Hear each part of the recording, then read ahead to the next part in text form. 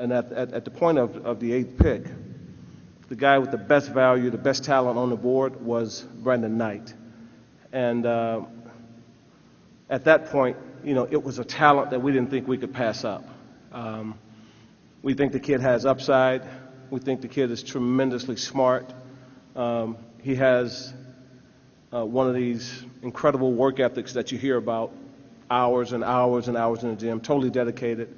And what we feel is probably the most high character guy in the draft. And so we were a little excited in the room because this guy was initially, reports that we were getting was either going to go 3 to Utah or 5 to Toronto. And so when he was still on the board at 8, we just felt like it was a kid that we couldn't pass up.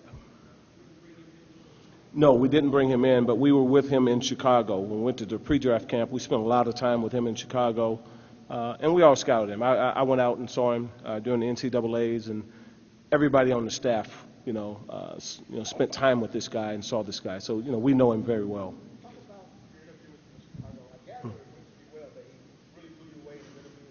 Yeah, he might have been the most impressive guy. I don't know if you guys read any stories about this kid, but he may have been the most impressive guy in terms of the interview process in Chicago.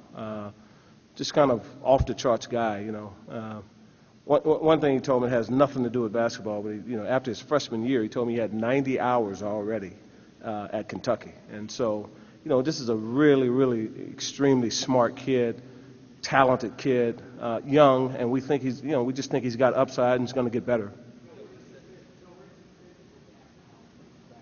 Well, he adds another young guy to our backcourt, which is what we are going to continue to do. We're going to try to end up adding young talent to this team, and so that's where he fits. He's another young talent that we add to the team.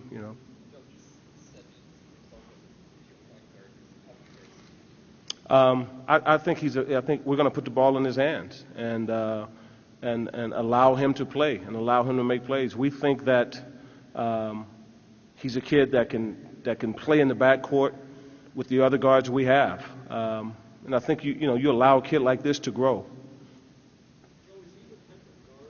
That you can build a team around and build an offense around? Is he that type of? You know what? It's really never been our style, Woj, to try to build a team around one guy. What we like to do is add talented pieces. For us, it's another talented piece that we added. So, we've never really tried to build it around a guy, Woj, but certainly he's a talent.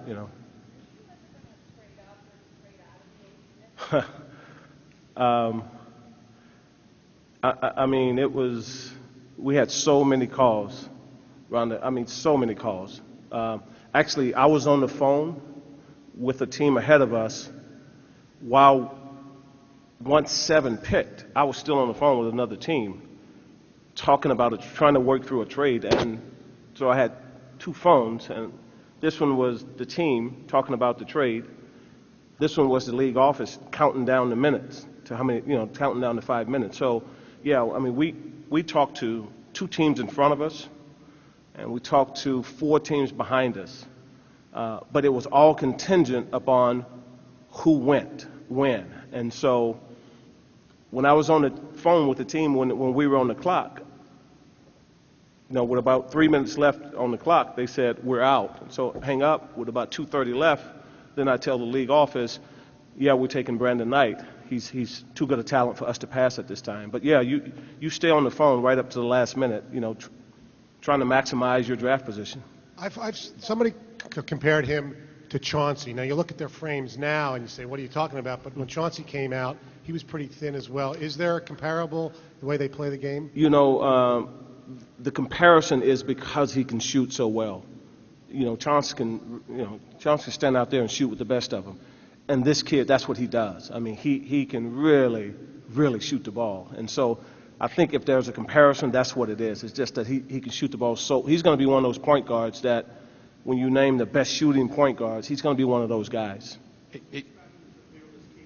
Yeah, whenever that was a part of the scout on him, that he throws his body in there, big shots come, he's not afraid to take them. He has some characteristics that we need to add to this team. A guy that wants to take big shots, not afraid, will take whatever challenge there is. And so, That's a characteristic that we wanted to add to this team. Hey, Joe, do you talk about you talk about the focus being a big man coming in? Is that because of who you thought you were able to get it? Absolutely. And you see this kid's name on the board and your eyes light up. Absolutely. You know, it's because of, that's a good point, it's because of who we thought we would get. But once those guys went in front of us, and you saw all the teams jockeying and trading in front of us, they were trying to get in front of us to get these guys. Okay, so they got them. Now they're off the board. Who's the best talent on the board? Brandon Knight, we're taking him. And so that's how the process worked. Where do you go from here at this point? Are you still talking to other teams? As soon as I get up and leave from here, Vinny, I'm going to go back and do that. That's why that's why I can't stay too long, because I got to get back in here, because I don't even know where the draft is right now. You know. Yeah. Need for other teams. It was need, and you know, this is still a league where big guys are a premium.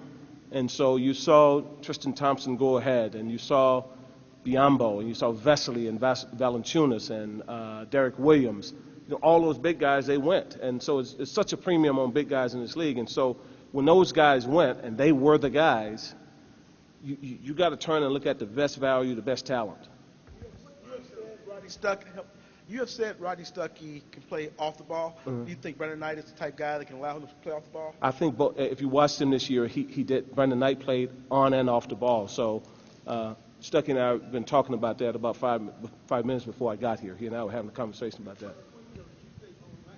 Hit this guy. What was it when Cleveland took the kid from what was his name, Thompson at 4? When Cleveland took Thompson at 4, everybody in the room went, whoa. Like, that was the first one that caught everybody. Okay, that was the whoa moment. Okay. 5, when Toronto took Valanciunas. First of all, let me just say this. I was on the phone with Toronto when 4 was on the clock.